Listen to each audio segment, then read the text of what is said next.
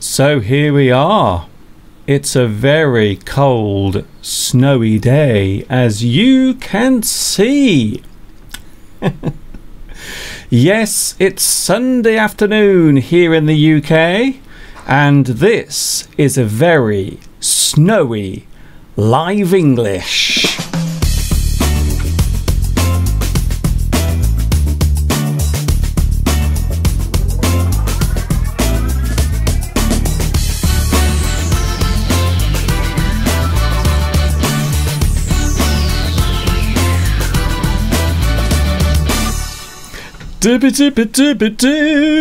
Oh my goodness, I cannot begin to tell you how excited I feel today, because look outside, look at that, can you see it? There it is, our snow cam, our little snow camera, and that is the view outside today. It is very, very cold. It is completely white over. Yes, it's incredible. We have had so much snow over the past 3 days. In fact, on Friday we had a lot of snow here in the UK, and then last night we had even more snow.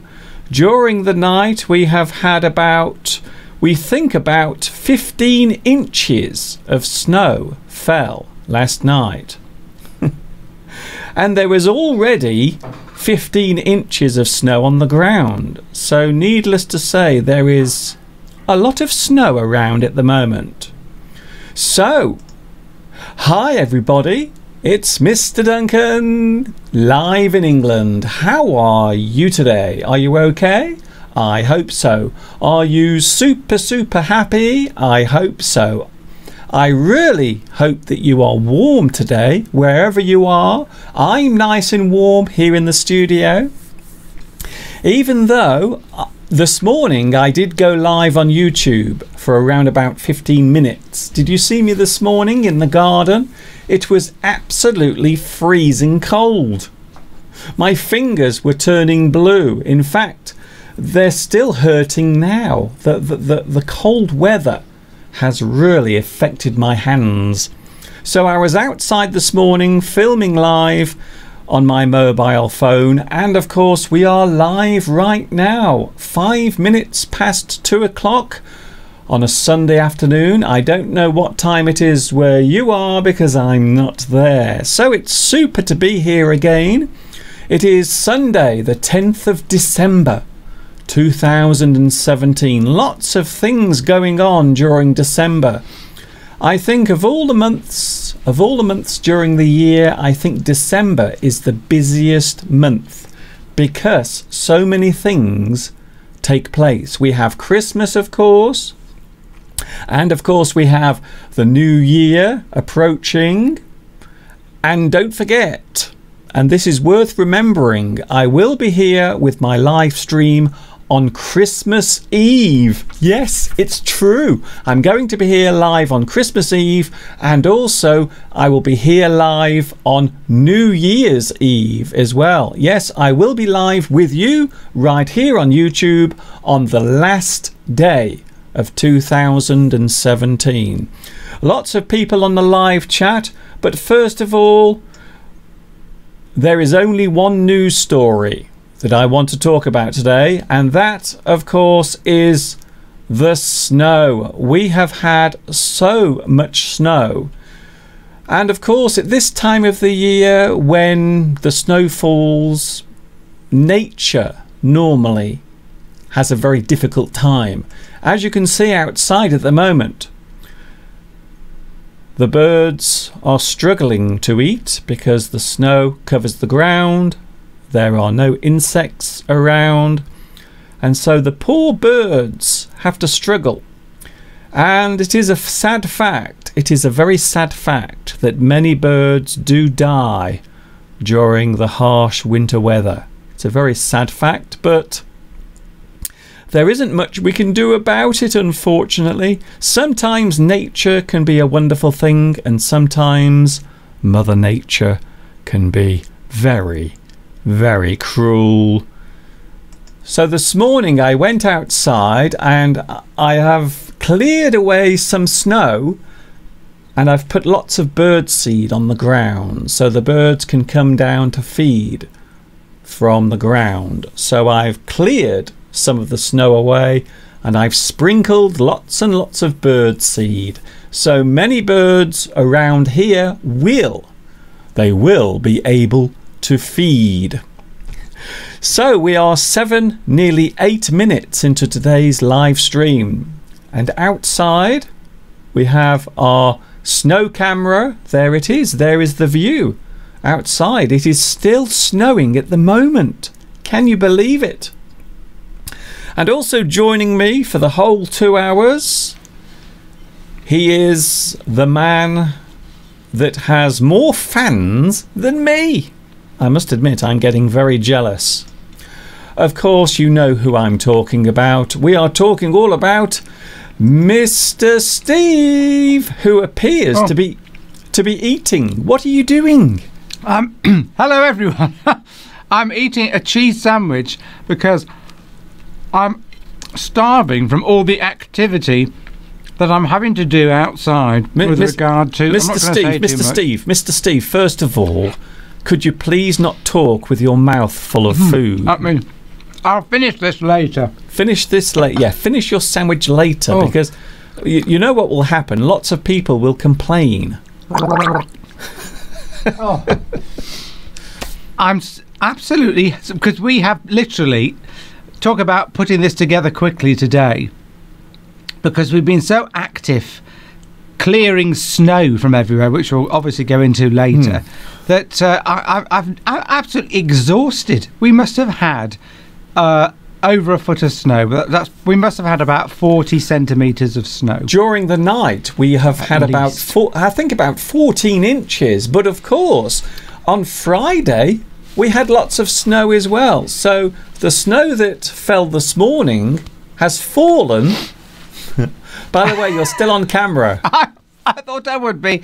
I thought I've got to eat before we go live, because I was so hungry and I didn't think you were going to put me on when I was eating my sandwich. I do apologise to all those who had to witness Mr. Steve talking with his mouth full and also wiping all of the food off his face. Sorry about that. I'm just thinking about the half a sandwich I've got left here. It's making me hungry. Look what I've got in the studio. Can you see what I've got here? I actually have some snow from the garden. Look at that. There it is. Look, there is a genuine English snowball. Can you see it? Are you going to eat that, Mr. Duncan? I'm definitely not going to eat it. There is a special rule connected to snow, and that particular rule is you should never eat snow, especially if it's yellow. It's true. So there it is, a real snowball taken from my garden just a few moments ago. There it is, slowly melting in the studio.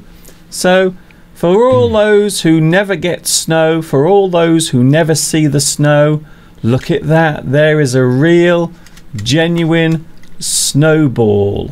Go on, eat some, Mr. Duncan. There is no way that I'm going to eat this snow.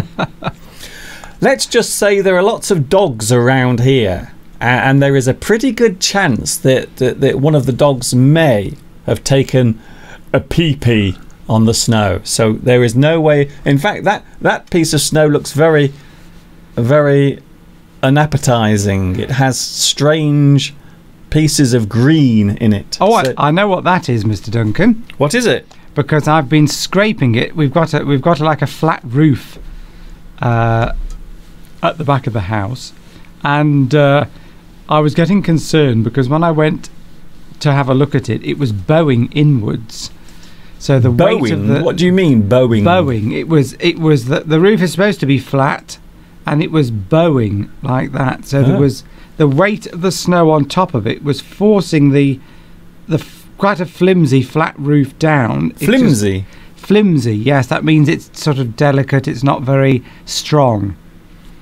And I don't know, I'm trying to describe it. So it's sort of over like a conservatory, but it's like a lean-to roof. A So you've got lean-to? the wall. I don't know what a lean-to is. So if that was the wall, you've got the roof coming down at an angle like that. And the roof is made of clear plastic about that thick. So long sheets of it with the snow on top. It's making it bow. So there is So a the- danger. So there is a danger that the roof might collapse because of the weight of the snow. Because the snow on top's like that. It's like that deep, if not Yes. more. So Well- I went to scrape it all off. As I've already explained, we've had so much snow and everything. Well, yesterday when we were out walking, we saw lots of trees that had fallen because of the weight of the snow. And those green bits in that snow, they've come off the roof. And of course, there's moss on top of the roof. So the moss came off as I dragged the snow off. In fact, you wouldn't imagine. Now, I would never imagine that snow could actually bring a tree down. It's very heavy. Very heavy is snow, as we'll find out later. Shall we have another look at the snow? Here, there it is. Go on. There is the snow camera outside. Look at that. Isn't that lovely? And I was outside this morning live in the garden, but I nearly got frostbite in my fingers. It was that cold. It's only about -1, but it feels like -10 because it's also very windy outside. So there it is, the view this morning. And now, because it's still snowing, Mr. Steve, when was the last time we saw this much snow?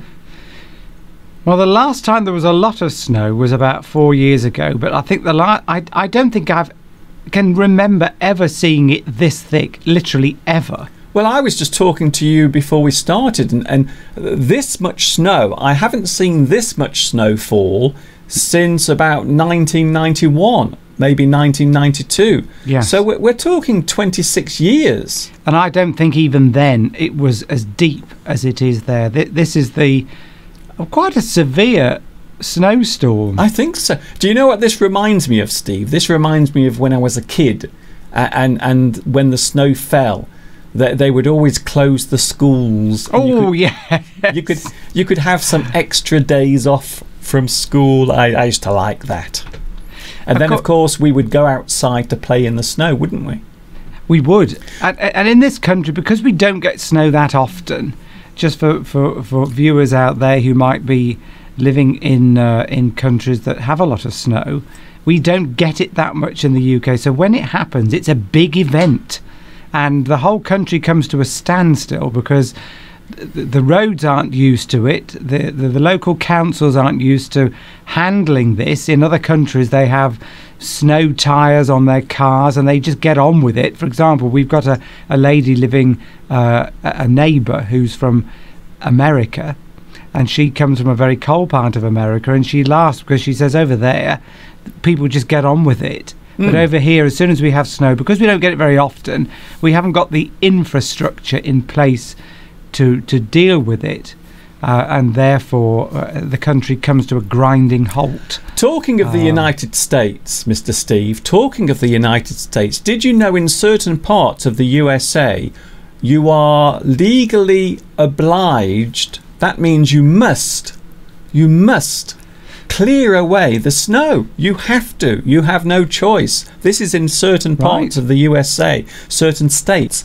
You have to clear the snow away by law. And if you don't, you get fined. Can you believe that? And talking, Mr. Steve, of clearing away the snow, we have a question to ask today. Because yesterday, Mr. Steve was outside and he was clearing away the snow. Can you see Mr. Steve? There he is, working away very busily. He is shoveling. I love that word, shoveling. If you shovel something, it means you are clearing something away using a shovel. In fact, the thing you're using there is a special kind of shovel, isn't it? Yes.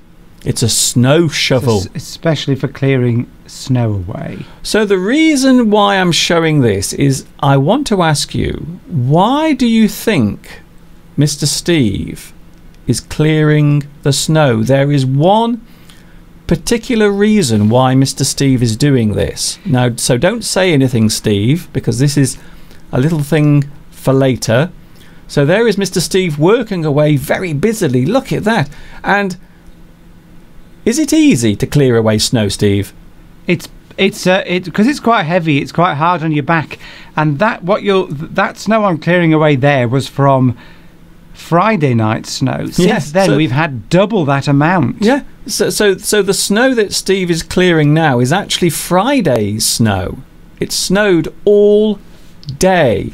So what is the reason? Does anyone know? Can you guess why Mr. Steve is actually clearing away the snow? Can I just say something here? Okay.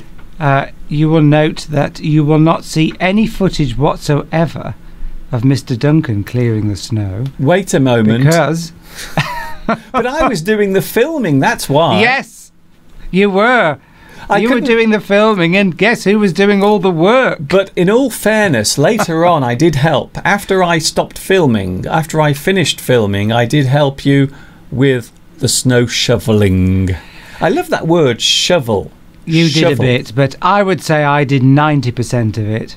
And okay. Mr. Duncan did 10%. And of course, we mustn't forget that our lovely neighbours also came out. They did. It was great. Everybody came out. People you don't normally talk to. We all came out, clearing the snow away. And then one of the neighbours said, "Oh, come round for a cup of coffee." So we all went round to her house for a cup of coffee after clearing away all the snow. It was a lovely morning, wasn't it? It's that feeling that you're all in it together, that feeling that you're all helping each other out, that community spirit suddenly comes alive. You know what they call it? They call it the British stiff upper lip. It's when we all get together and we work together.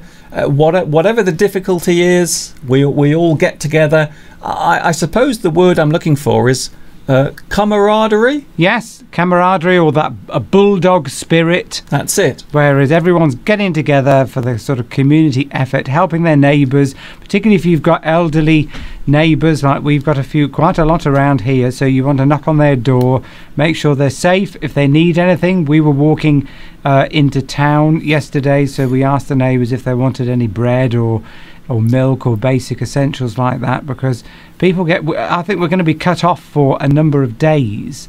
Luckily the electricity's stayed on. Let's touch wood. There's another expression, touch wood. Have you used that before? Probably not.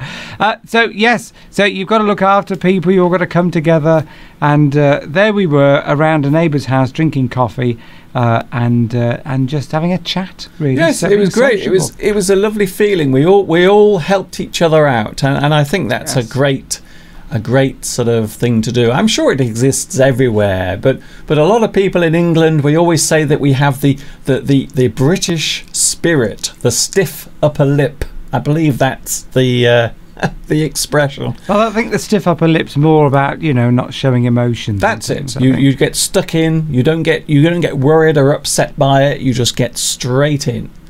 So let's have a look at some scenes, shall we? So let's see if we can have a look at some scenes of the snow. So first of all, let's have a look at the snow falling. And here it is. This is the snow actually falling. Look at that, Mr. Steve. We couldn't believe it, could we? No, we couldn't. It was... it's an unprecedented event, and I think in our lifetimes. We're going to go on about this all day. We're going to make no apologies for this. I hope you find it interesting, because it's a big thing for us. Well, everyone loves snow. Don't forget, Mr. Steve, there are lots of people watching at the moment who don't see snow ever. They never get snow in their country. So for those people, it's very, very fascinating. And in parts of America at the moment, they're having the complete opposite of what we're having. They're having firestorms, aren't they? Well, that's in California. That's it, exactly. They don't get snow in California. I know, but I was just making the comparison that some parts of the country are having, of the world, are having fires, and we're having snow. Yeah. So last week we had the volcano in Indonesia. And then a few months ago we had typhoons and hurricanes, and today we have lots and lots of snow falling. So not just one snowfall, not just one, we've had two. We had one on Friday and also one early this morning. But it is quite exciting though, isn't it, Steve? It is. It is. It's a distraction away from sort of normal daily events, and you can go out there and talk to people and clear the snow away. It's all good fun. It's fun, actually. But well, it's fun up to the point where it disrupts what you're going to do. For example, I won't be able to go to work tomorrow. Ah. I'm in a choir, and we're going to do a concert, a Christmas concert tomorrow night. That's been cancelled, so I won't be able to go there either after lots of weeks and weeks of rehearsal. So that's disappointing. But yes, it does cause disruption. But I think it's all going to be gone within the next 2 or 3 days. And then life will return back to normal until the next time in 20 or 30 years' time. But it's brilliant. I mean, well, the last time it snowed here was the day that we moved to Much Wenlock. And that was probably not even half as much snow, even if that. So it's probably been a quarter as much. So it's been 5 years since we've had proper snow, and at least 26 years since we had really, really, really heavy snow. So I think this is quite an amazing thing. A few people on Friday were wondering, oh sorry, no, was it Friday or Saturday? I did a live stream also, a very brief live stream. And a few people were saying, why are you talking about the snow so much? Because snow is exciting, don't you think? It's just that we don't have it that often. I know, it's very rare, but when it happens, it is very magical. It always takes me back to my childhood. I have to be honest. And I've noticed, Mr. Steve, you have two visitors to the studio. Yes. Behind you. Two visitors that thrive in the snow. Their natural habitat in the wild is the snow and ice and cold. And we've got a penguin over here. Hello. And we've got I'm not sure what that is. It's a polar bear. Polar bear, that's it. Polar bear. A polar bear, which you wouldn't normally have standing right behind you because it would bite your head off. But this is a friendly one. There we go. And he's made friends with the penguin, although normally the polar bear would probably eat the penguin, I would say. But today they're friends because they're enjoying the snow like we are. You know, I'm always amazed because polar bears look so cute, don't they? They're lovely, and lots of people associate polar bears with cute animals and furry things, but they're actually quite violent creatures, aren't they?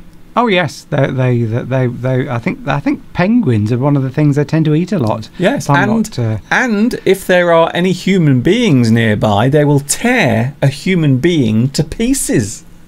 We've all seen that. So don't be fooled by the appearance of polar bears. They might look very cute and lovely, but they will rip your face off. I'm going to keep an eye on this one. Although with you it might be an improvement. Thanks a lot, Mr. Duncan. Shall we have a look at something? We're going to have a break now. We're going to have a look at one of my lessons, and this is from one of my December drop-ins. We are now going to take a look around the local fair. What else have we got coming after that? Coming up later on, we also have more snow. More snow and more snow and even more snow. And also later we are going to talk about idioms. We are going to talk all about idioms to do with snow and ice. And Mr. Cold. Steve has a lovely list. And also we are talking about mistakes in English. What are the most common mistakes that you make in English? And Mr. Steve will be talking about this with me later on. But right now we are going to have a look at one of my English lessons. As I mentioned, we are going to have a look at one of my English lessons, and this was filmed right here in the place I live, Much Wenlock, and this is a very special event that is held every year at the beginning of December. This is the Much Wenlock Christmas Fair.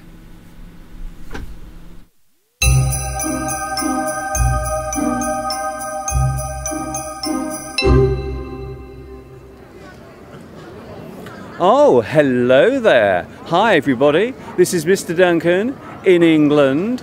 Here I am again with another December drop-in. How are you on this fine day? Are you okay? Are you fine and happy? I hope so. Well, Christmas is definitely on the way, and as if we needed reminding, here I am in my hometown of Much Wenlock. And can you see what's happening behind me? It's all going on today because here they are holding a Christmas fair.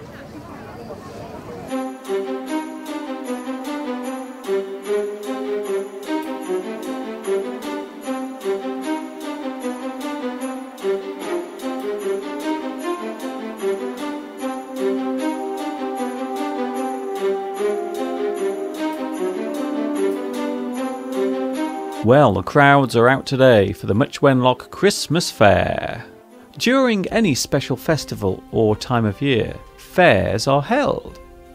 The tradition of holding village fairs goes back hundreds of years.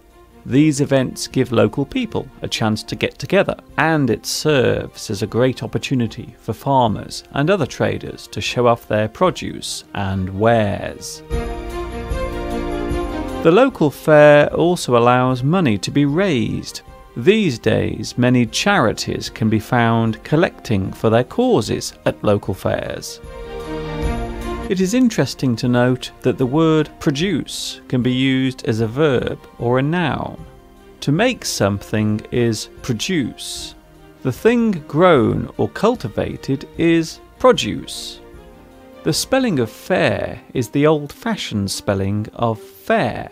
These days the word is rarely used in its archaic or old form, except during these occasions.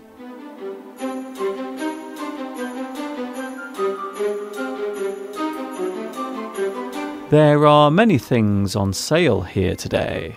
Tea and sandwiches, burgers and hot dogs, and other hot refreshments are on sale here today. These hats caught my eye, and you know how much I like hats.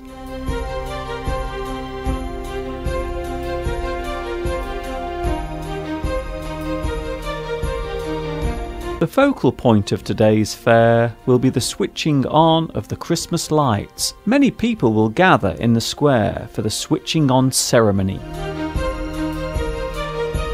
There are lots of interesting things to do and see here today. This man is called a town crier. A crier is a person who is employed by a local council to make public announcements. These days, the role of a town crier is mainly ceremonial. They are only present during special events. In the past, a town crier would announce local events and court of law decisions in a very loud voice. That is why they are called a crier. To cry can mean to shed tears and weep, or it can be used to express shouting, yelling, and calling out. This man is busking. A busker is a person who performs in a public place. This busker is playing several musical instruments at the same time. He is performing as a one-man band. Quite often people will give money to the busker as he or she performs. That is how a busker makes a living. Small donations are given by the audience. These days buskers also help to raise money for charity. They are also known as street performers.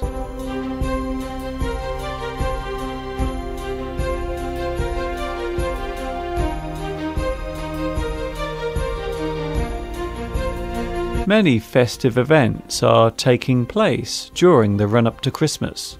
The word festive refers to a happy celebration, a jolly time, a joyous occasion. The events are described as festivities. Today's festivities are connected with Christmas. The sun is setting over Much Wenlock and people are gathering in the main square where the Christmas lights are about to be switched on.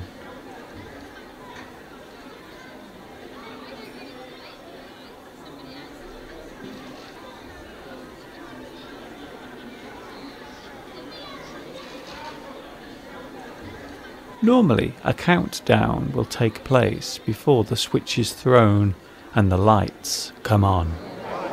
10, 9, 8, 7, 6, 5, 4, 3, 2, 1, go!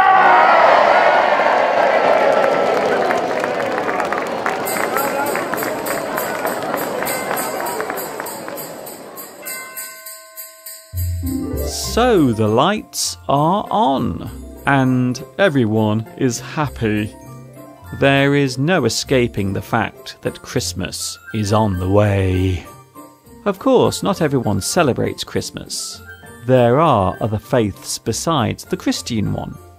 Christmas is just one of many religious festivals that take place during the year. Some religions do not observe Christmas, while others do, with slight variations. It is not unusual for those with no religious beliefs to join in with the Christmas celebrations. It is a joyous time for all. A time for people to join together and be happy.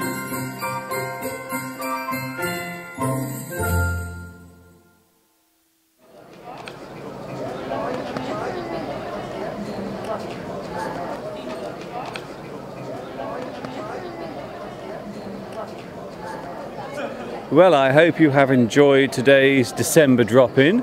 It's been a little bit different with me out and about at the Much Wenlock Fair. This is Mr. Duncan in England saying thank you for joining me today. And of course, on behalf of everybody here in Much Wenlock, ta-ta for now.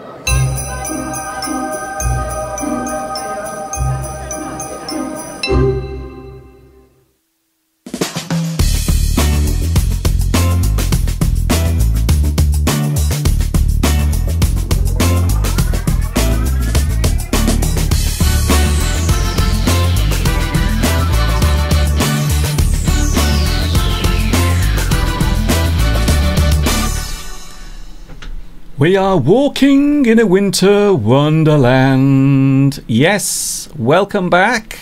It's Mr. Duncan and Mr. Steve live on YouTube, and there it is, the view outside. It is still snowing. It's Sunday afternoon here in England, and it's Mr. Steve also joining me today. Hello. Wow. Did you enjoy that? That was a short lesson that I did in December. I think it was a couple of years ago, and I was walking around the local fair. Every single year here in Much Wenlock we have a special Christmas fair, so I hope you enjoyed that. I've just realised, Steve, we've neglected the most important thing of all, and that is our viewers. We haven't said hello to anyone yet. So let's go to the live chat. We are 35 minutes into our stream and we haven't said hello to anyone. So hello to Olga. Hello Olga. And also hello to Zena. Zena. Hello Zena. Hi Zena. And also Eleanor as well. Hello Eleanor. Hello. And Eugene is here. Oh, by the way, Mr. Steve, we've made a big mistake already. We've really screwed up here. Oh dear me. Let's have a look. Here we go. Eugene has said, is it about the polar bear and the penguin? It's about the polar bears and the penguins. There it is, look. Eugene says polar bears live in the North Pole and penguins live in the South Pole. They have no connection in the wild, I think. So we might need to fact check this. We might need to do a bit of fact checking. Perhaps we stand corrected. So maybe we're wrong, but we might still be right. So Eugene says that penguins and polar bears do not meet. We're talking about mispronunciation. We're having difficulty with our English today. I think the reason is because my mouth is still warming up. I went outside this morning and I think I've got frostbite in my fingers. So Penguins and polar bears never meet. They never meet each other, apparently. So there we go. Oh. If they did, I think the polar bear would eat the penguin. I think it's fair to say that the polar bear would just gulp the penguin down in one go. Maybe with all this world travel, they'll end up meeting. You know, they'll want to get on a plane. I think a penguin would be like an appetizer. South Pole. One will travel to the north or the south, get on a plane, and then they'll meet.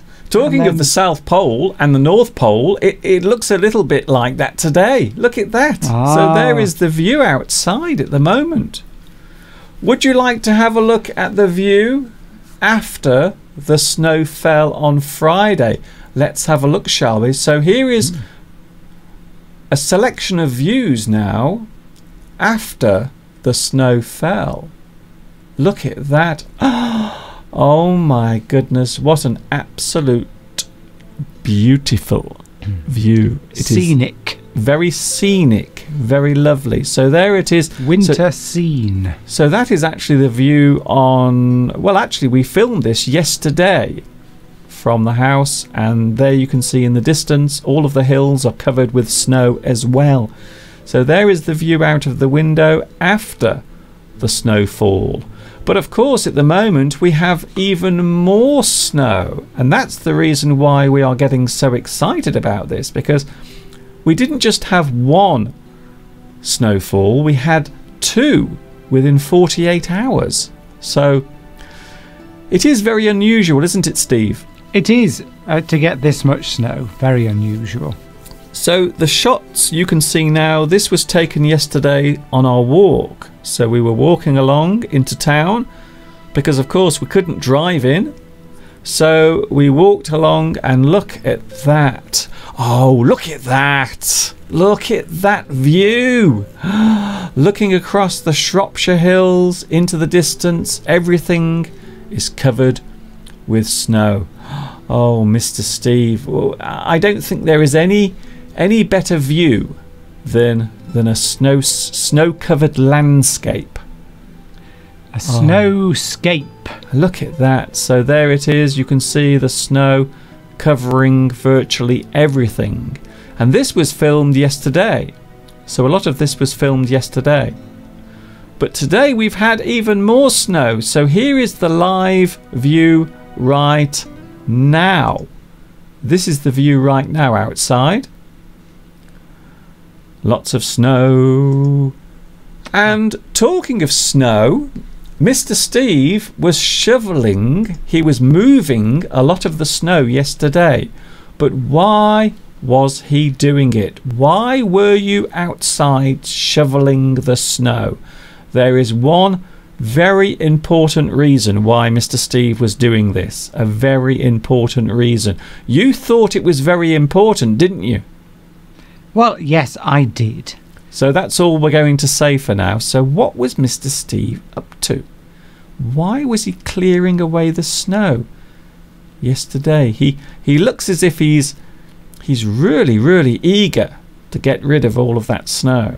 And I've done my back in, as we say here. I've done my back in. Have you hurt your back? Yes, because it takes quite a lot of effort to move snow. So my back's aching, so you can say, or we say in English, I've done my back in. So if you do your back in, it means you've injured your back in some way. Oh, yes. And I don't want to stand here for 2 hours, I can tell you, Mr. Duncan. So I've got a seat by the side of me here. So when we have little breaks, when you show some clips, Good. I will sit down. I'm sure this information is completely useless to everyone except you. Oh, my back. Is your back hurting? I'm exaggerating a little for the effects of the camera. But yes, it's aching a bit because all that shoveling. Oh, and I'll have to do a lot more tomorrow. Lots of people on the live chat today. We have Flavia. Hello, Flavia. I've never spoken to you before. Hello. Flavia or Flavia. Amanda is here. Also English. Hello, Amanda. Flavia. English with Sultan. Hello, English with Sultan. Anto is here. Also, Swee says, Mr. Duncan, so that is Santa Claus. Oh yes, we saw Santa Claus earlier on the Christmas lights being turned on in Much Wenlock. And of course, if it snows, how will Father Christmas deliver all of those presents? I have no idea. Patricia is here. Patricia says bonjour. Bonjour. Bonjour to France. Is it snowing in France at the moment? That's the big question. Is it snowing where you are? Maybe in France or somewhere in Europe? I know they've had snow in Amsterdam. Really? That was on the news today because they've closed the airport in Amsterdam, as they have closed Birmingham Airport in the UK. Do you know what annoyed me the other day, Mr. Steve? Because the snow only fell in this area on Friday. No, virtually all of the news ignored it. All of the news, BBC, completely ignored the snow. But today, because it's falling everywhere, the news is talking about it all the time. So they weren't really bothered about it on Friday, but today, because many more people are being affected, they are talking about it all the time. Particularly London. Yes, if they have any snow in London, I think they will have probably. They will close down all of the TV stations just to cover the news, you see. So because if it snows in London, everyone's going to be interested. But because it snows here in Shropshire, nobody really cares. And that's the reason why we are covering it today. Raber Cordy. Hello, Raber. Nice to see you today. Also, Tony is here. What is the temperature there today? It's about 1 below 0, but if you go outside, it's very windy as well. So there is a bit of a wind chill. So it feels about, well, you were outside earlier, Steve. It must be about -10 because of the wind blowing. Yes, there's a strong wind. You get two temperatures that are listed under weather reports. You get the actual temperature, and then you get the wind chill factor as well. So it's about, as you say, about -1 degrees centigrade out there. But with the wind, it feels like more like -6, 7, 10, something like that. Jack Frost is nipping at your nose, and I will explain that expression later. It's very, very cold out there. I went out this morning to do a live stream, and my hands, well, at least the tips of my fingers are still hurting now. They're actually hurting. I think I've got a bit of frostbite in my fingers. No. We You were weren't out there hoping long enough, Mr. Duncan. we were hoping to go outside in the snow, weren't we? We were to have a live lesson out in the snow. But we weren't expecting the snow to be quite extreme. We didn't realise that the snow would still be falling during the live stream. So we've had to abandon that plan, unfortunately. What a shame. Now, because it's cold and because it's snowing, we are going to talk about snow and ice idioms today. And expressions. Yes. But first of all, we're going to look at another video, and this is another one of my December drop-in videos, and this is a video that's all about the secret that is locked inside the box. Ooh.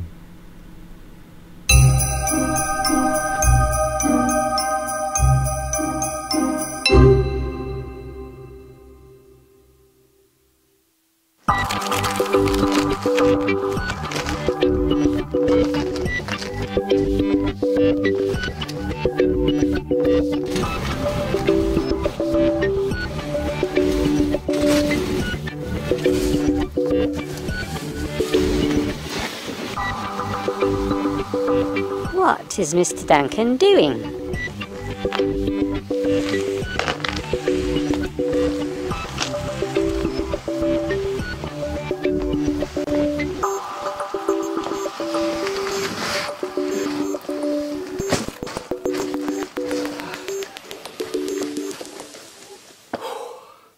Hello there, As you can see, I have my hands full today. This means that I have a large job to carry out. I'm very busy right now.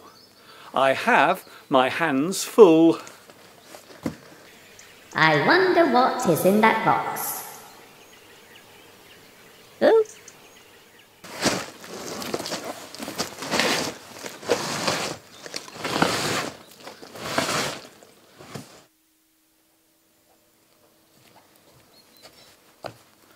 Do you ever feel proud of something?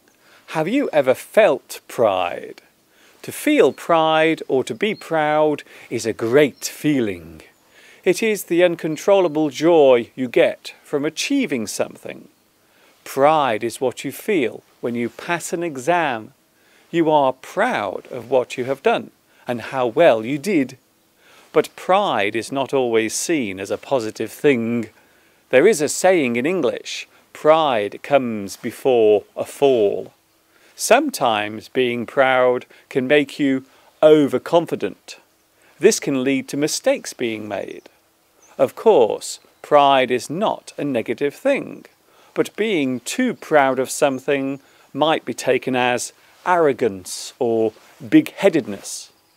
A person who is too proud might be called a show-off or a big head. They may find themselves being labelled as arrogant, conceited and smug.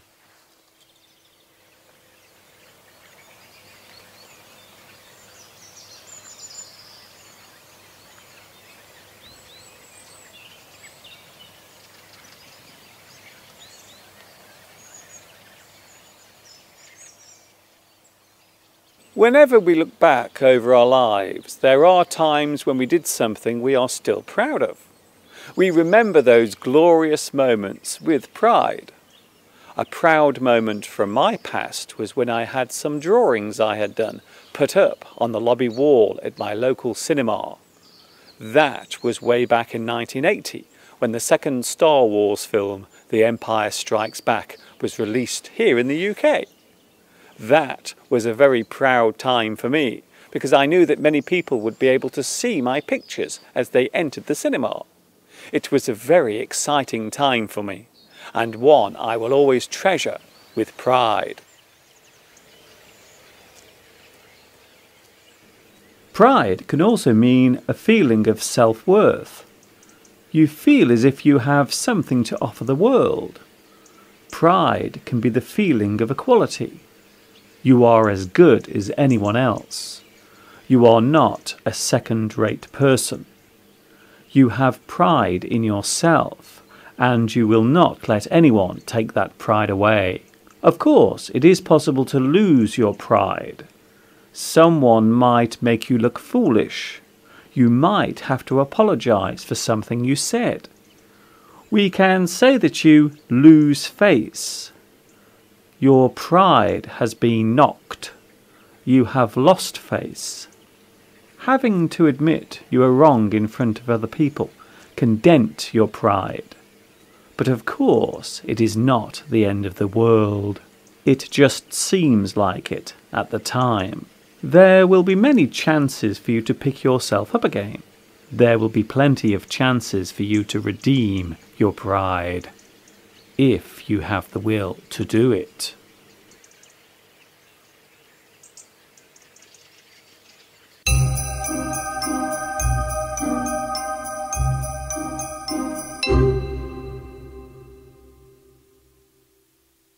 Mr. Steve, did you enjoy that? Look, so what is in the box? A lot of people have already guessed. I think many people have actually seen that video before.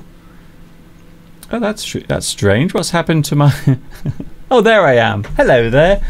So, Mr. Steve, did you guess what was in the box? Of course, many people have. It was, of course, a Christmas tree hidden in the box. And there is Mr. Steve. Mr. Steve had his feet up just. He was really relaxing himself, weren't you? I was, and you were talking to me, and then you suddenly realised that the video was had finished. I suddenly realised we got so deep in our conversation because we are feeling very excited.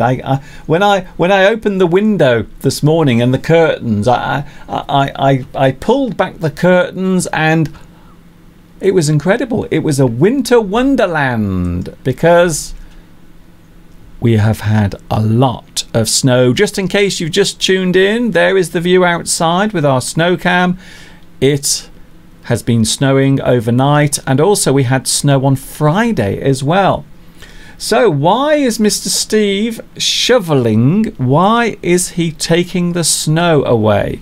We will give you the answer to that in the second part of the live stream.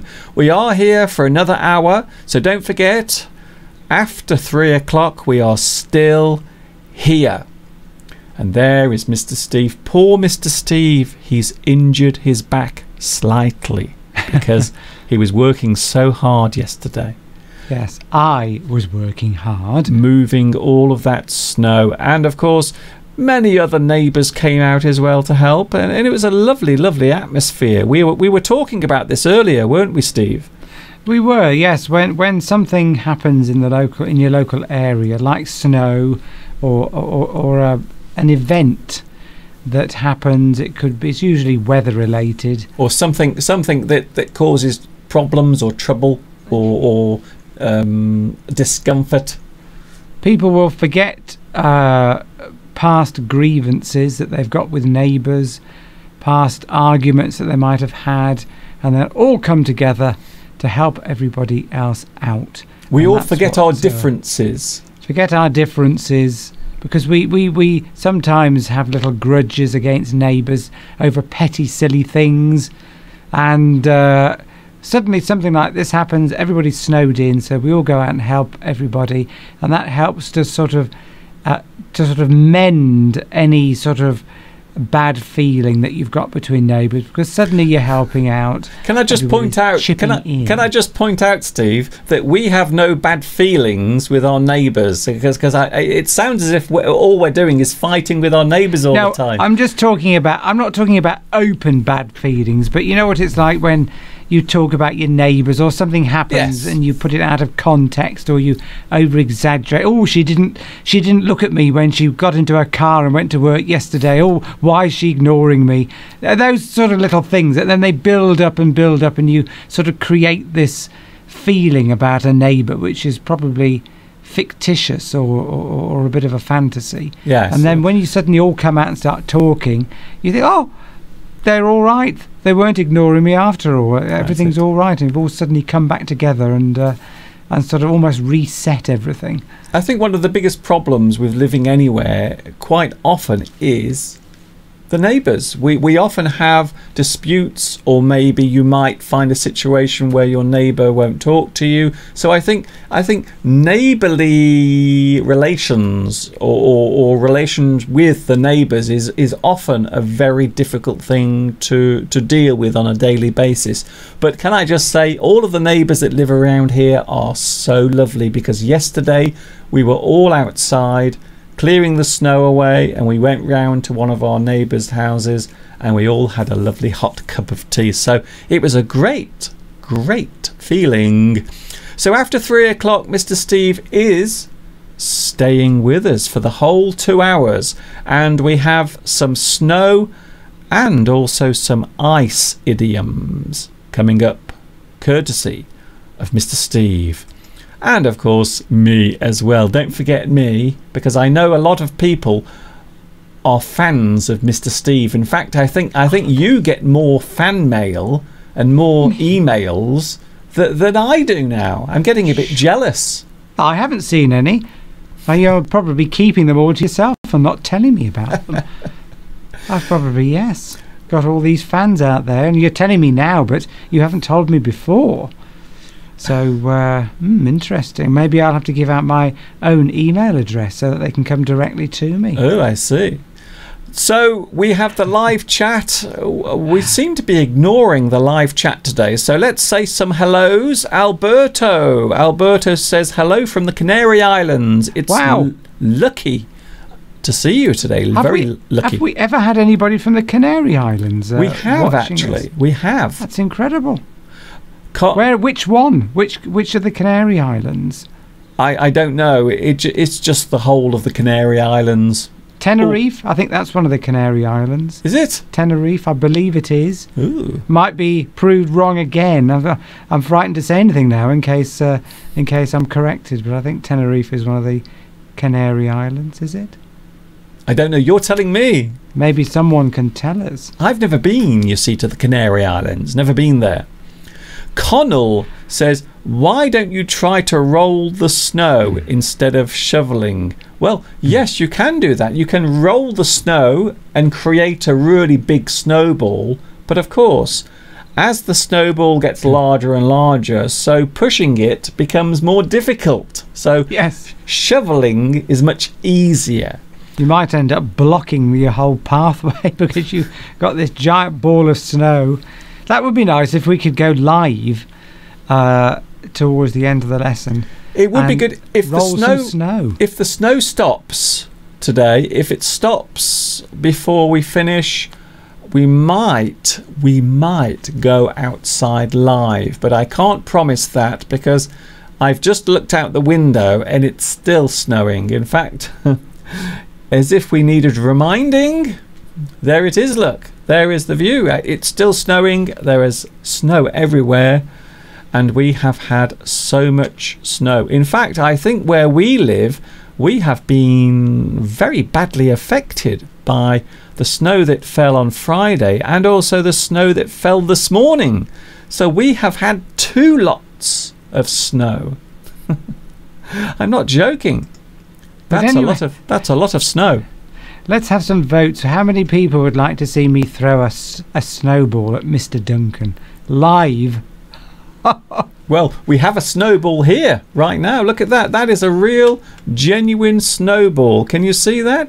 That is a snowball from the garden. And strangely enough, it's not even melting.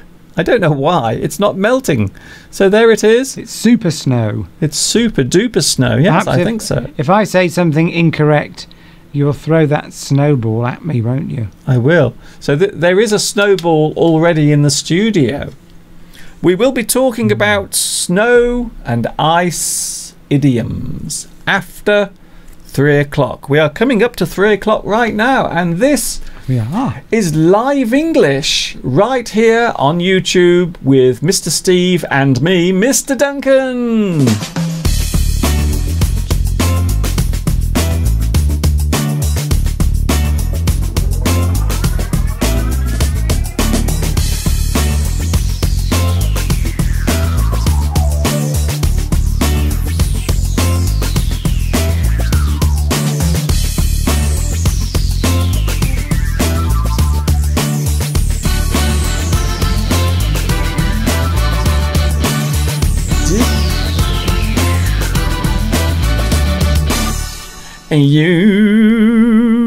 Oh my goodness, it is a snowy day here in the UK. We have had so much snow here.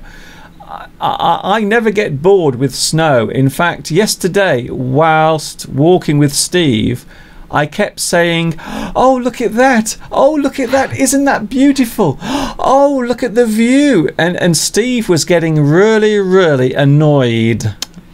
Because I know I was getting very excited, and sometimes when I get excited I also become quite annoying, and I think I was annoying you yesterday, wasn't I? You were acting a bit like a child that's never seen snow before. I don't know why. I just love looking at the snow. I love it. I love being out in the snow. I love watching the snow fall. It is just one of the most magical things. And yes, you are right. It takes me back, right back to my childhood. I just feel as if I'm 8 years old and I want to run outside and build a snowman. So you're right. Yes, it does. It brings out the child in me. And I think lots of people, even though they won't admit it, lots of people feel the same way about snow. And don't forget, everyone gets a day off work tomorrow. But So- eventually they calmed down a bit, but you were just all day filming everything that had snow on it. I couldn't stop. I couldn't stop getting excited. I just felt as if I was experiencing the most amazing moment of my life. Look, I mean, how can you not get excited by that? Look at that. How can you not get excited by that sort of scenery? It's just amazing. Amazing. So we are talking about Eventually. idioms today. We are talking all about them. And we are talking about idioms to do with snow and ice and The cold in general. generally being cold. Yes. So I believe, Mr. Steve, you have some idioms that you've prepared, and we are going to go through them very slowly and steadily. By the way, if you have any of your own out there in YouTube land, don't forget you can also let us know as well. So, Mr. Steve, The first one, which I think is very relevant and topical, we're okay. getting straight into it. To be snowed under. Oh, I like that. That is a very good To be snowed under. a very good expression. And that means to be very busy with work, to be overwhelmed with something. You've got a lot to do, too much to do. You're snowed under. For example, since we took on the new clients at work, I've been snowed under. There is so much work to do.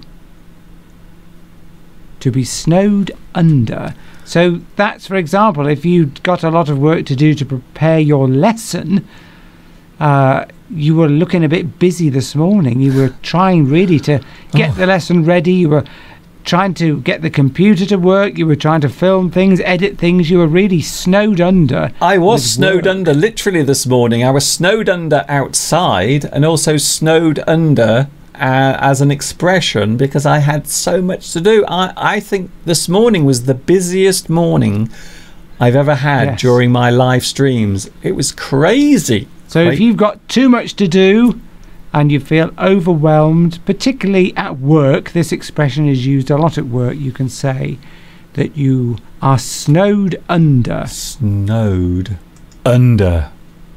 Overwhelming weight of work to do. Okay, another that's the one, first please. one. Another one. Okay, another snow-related one. This is more of an expression, really. A blanket of snow.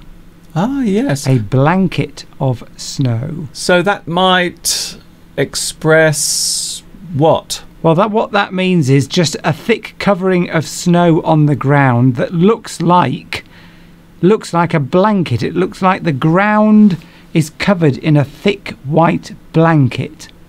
A blanket being something you put on your bed, of course, to keep you warm at night. So when we say a blanket of snow, we mean a thick covering of snow, and it gives the appearance that someone has put a big white blanket all over the ground. So it's a very common expression to use when there's been a heavy snowfall. So if the ground is covered completely, as far as you can see, you can say that the snow is covering the ground, the snow is covering the landscape, or you can say there is a blanket of snow. A blanket of and snow. It has connotations with being warm. So when you've got snow outside, you want to be warm inside. A blanket keeps you warm, and it sort of gives that a sort of impression that it's cold outside, but it's warm inside. So yes, a blanket of snow. But I think it's more to do with the appearance. Yes, just the fact that it's covering the landscape. Yes, Right, another one, please. A thick woolen blanket. Now, this is what we are at the moment. Ooh.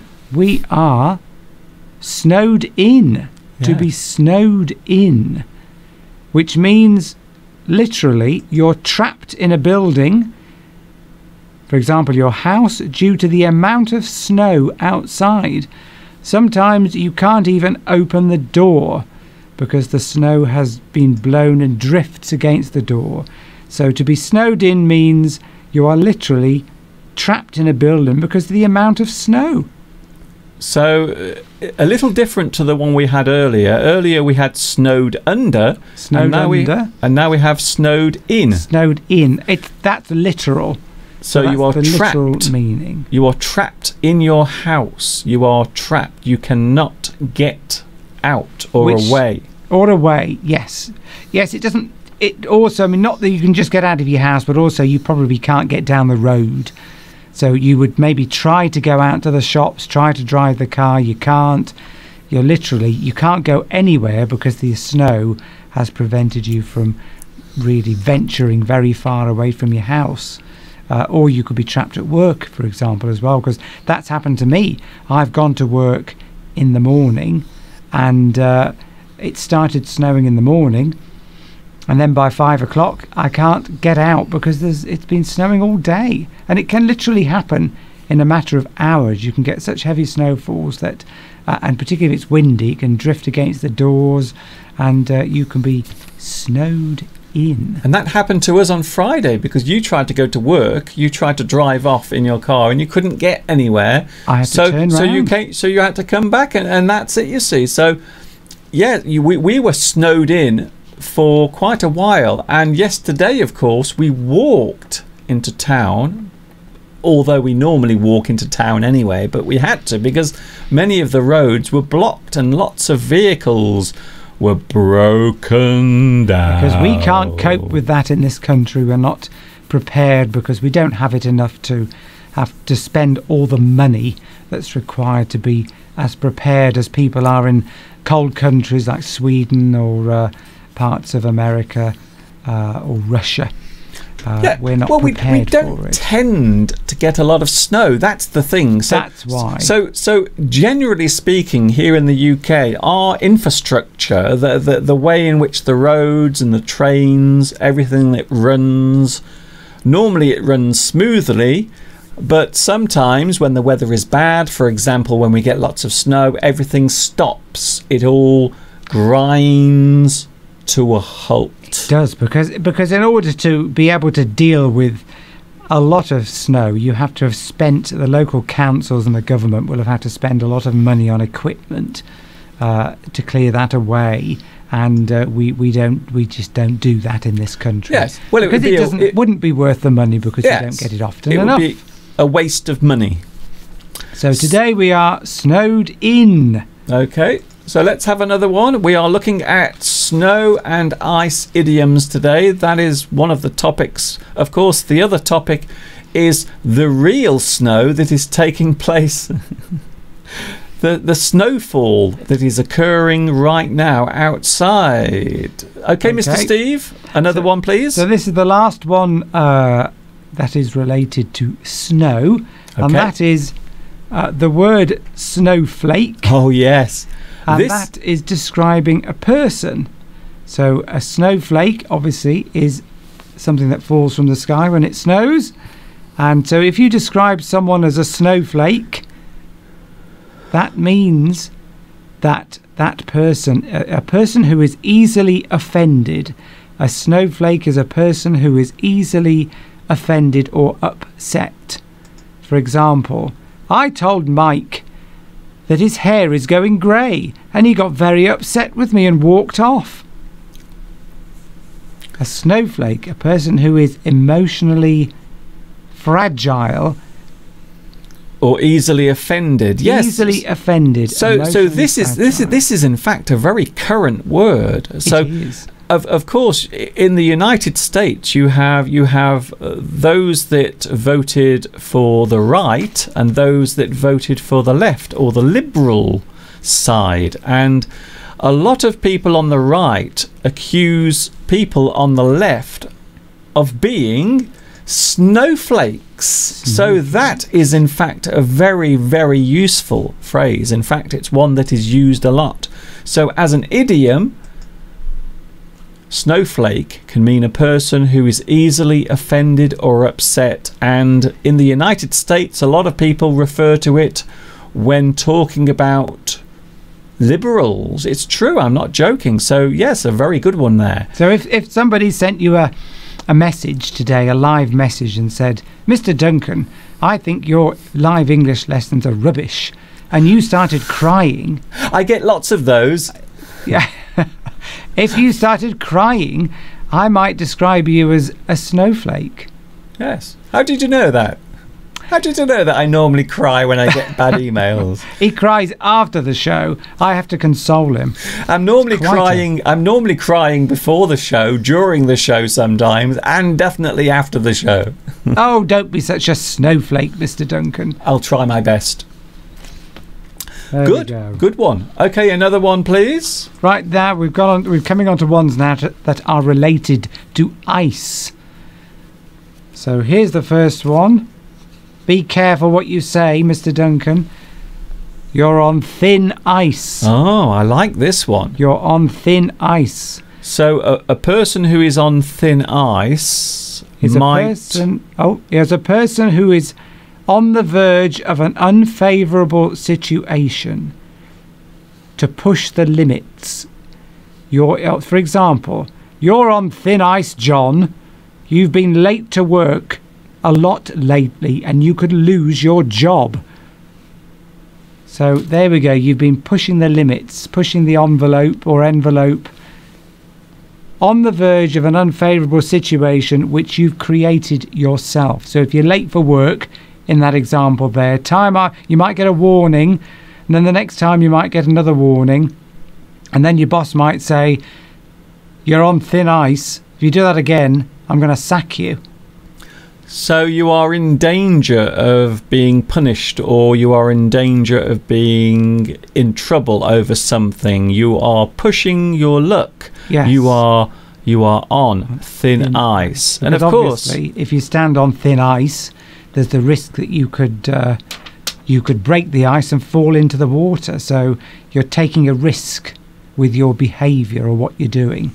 And you can do that in relationships, of course. You can say too many bad things to your partner, and after a while they begin to get more and more annoying, and then you're on thin ice, and then you might cross the limit and get a punch in the face.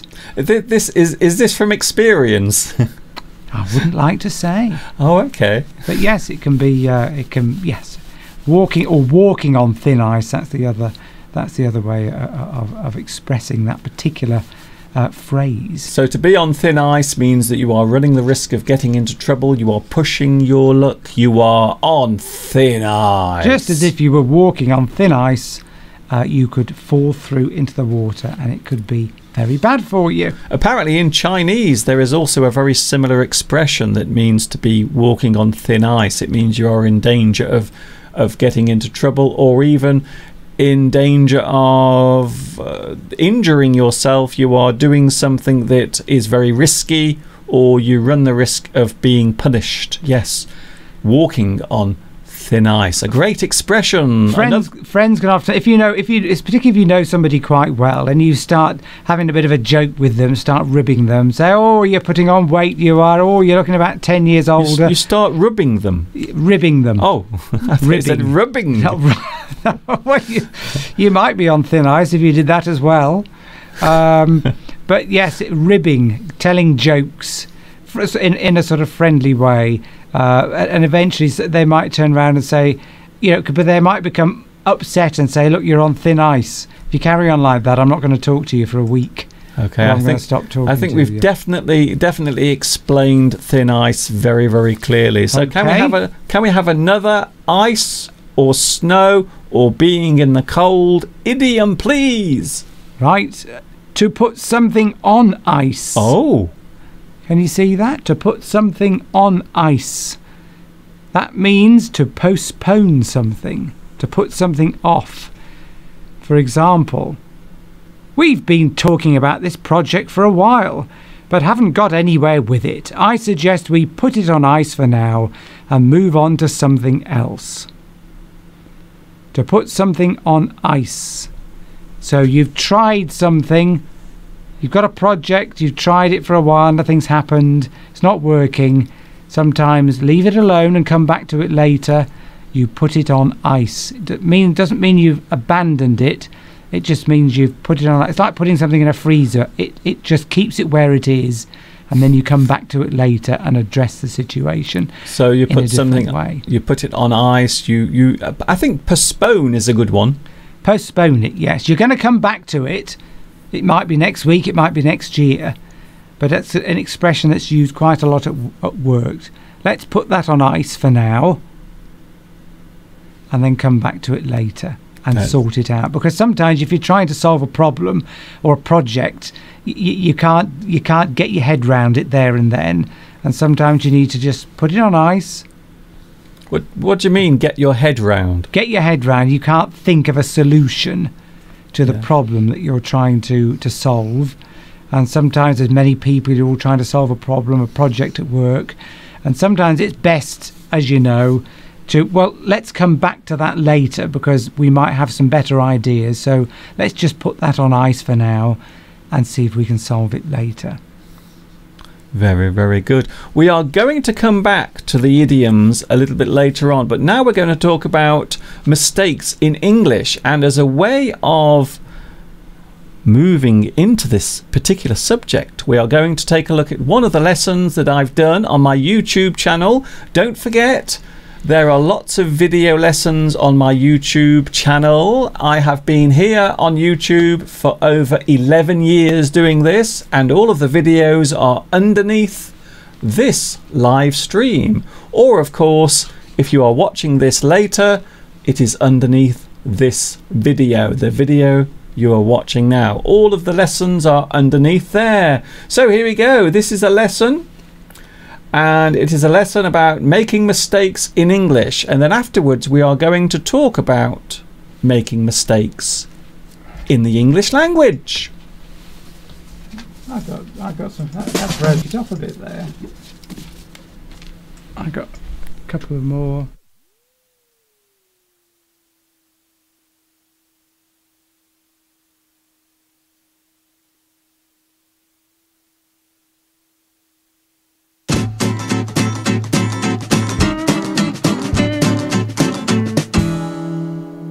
English, just like any other language, has its quirks and idiosyncrasies. That is to say, the language is not perfect. Similar sounding words and odd grammatical clauses, not to mention the odd spelling of certain words, can lead to confusion, even for native English speakers.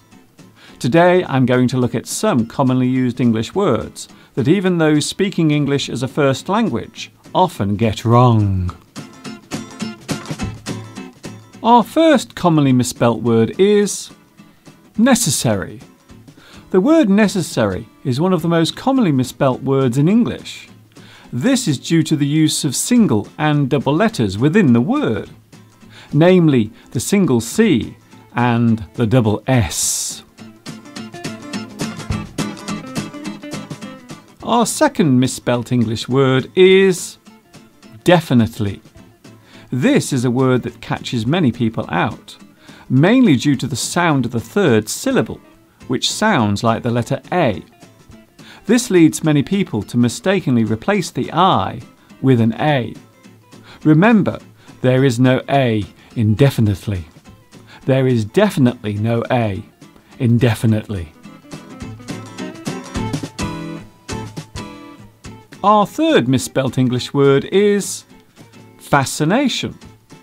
This word catches many people out due to the occurrence of the letter S and C being placed together. Many people leave out the letter S altogether. Whilst we are talking about occurrence, the word occurrence itself is another English word that is often spelt incorrectly. Occur has one R and two C's. Occurred, occurring, and occurrence have two C's and two R's. Another commonly misspelt English word is separate. It is a common mistake to add an extra E to the word by replacing the middle A.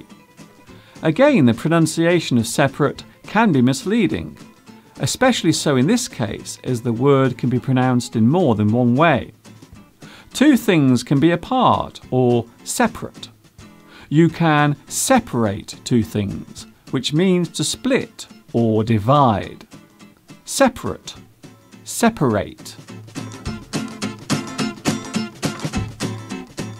Our final misspelt word today is psychology. This is a real stinker of a word to spell because it contains not one but two silent letters. The P and H are silent. Another good example of this occurrence is psychiatric. At the end of this lesson you will see a list of other commonly misspelt English words. How many of them do you get wrong? You might be surprised to learn that many people make spelling mistakes.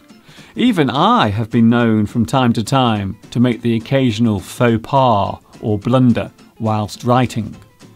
For most of the time it is due to a slip of the finger on the computer keyboard, or at least that's my excuse. Spelling mistakes are nothing to be ashamed of, as we all make them from time to time.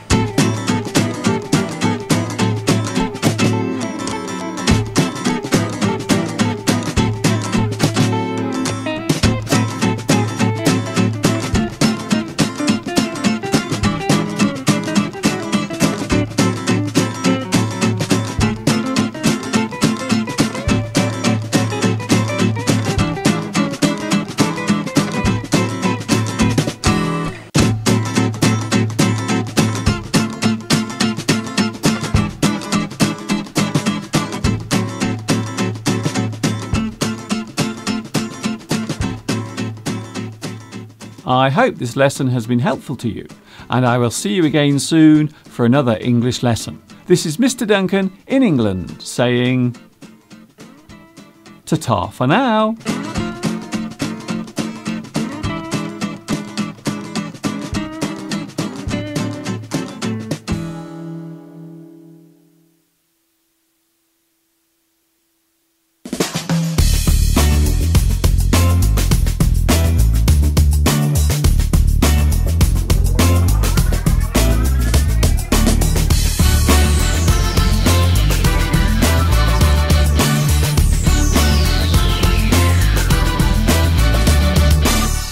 A-dooby-dooby-dooby-dooby-dooby-doo. Yes, welcome back. We are now in the second hour of our live stream for Sunday, and just in case you are not aware, we have had some snow here in the UK, and there it is. There is the view outside. Look at that. Isn't that beautiful? We have had a lot of snow.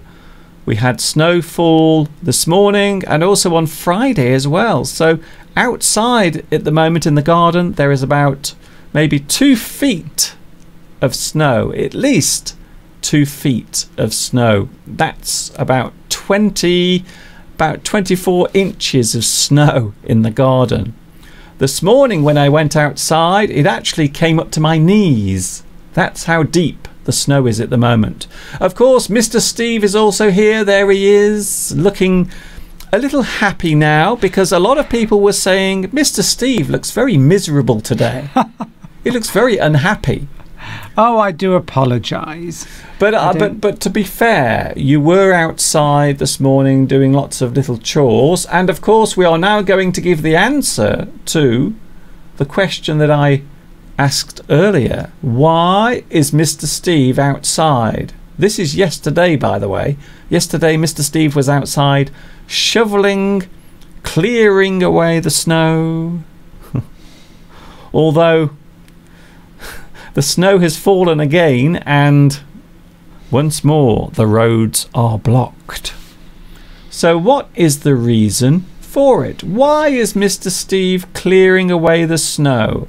Okay, here comes the answer. Mr. Steve was outside yesterday and he was very busy. And by the way, it does appear that I've been lazy, but I can just tell you now, can I just tell you that I was not avoiding work. I was not trying to avoid helping Mr. Steve. I was doing some filming, you see. Yes, that's why I'm miserable today. Oh, I see. I'm miserable today because I was doing all the hard work and you were just filming. I'm joking. But in all fairness, I did come down later to help you. I suppose you did a bit. I've got to be careful what I say because I'm probably walking on thin ice. I think you are, definitely. So we are once again literally snowed in. But why was Mr. Steve clearing away the snow? We are about to find out the reason for it. Did you see that? Mr. Steve was smiling then. So yesterday he was smiling, but I don't know why he looks so miserable today. Poor Mr. I'll try and cheer up a bit. Poor Mr. Steve. So what is the reason? It is coming in a moment. We all have to wait very patiently. And there it is. There is the reason. Mr. Steve was actually getting his car. His car was stuck on the road. And it was covered with snow. So we had to take all the snow off the car and then we had to dig around the car to actually retrieve the car, to actually get the car back up to the house. So that's the reason why we did that, so Mr. Steve could drive his car back up to the house, because you are very fussy about your car, aren't you? Well, I didn't want to leave it out because I knew there was going to be a lot more snow coming that night, because we'd had some on Friday and there was more coming last night. I didn't want to leave it out covered in snow like that because it's not good for it, and also somebody might drive into it and not see it. So that's why I wanted to move it. And that's the reason why Mr. Steve was clearing away the snow so he could get his car back up. So all the neighbours thought I was clearing it all away so that they could get their cars out and walk around, but in fact I was doing it on purely selfish reasons. Selfish reasons. I can't believe that.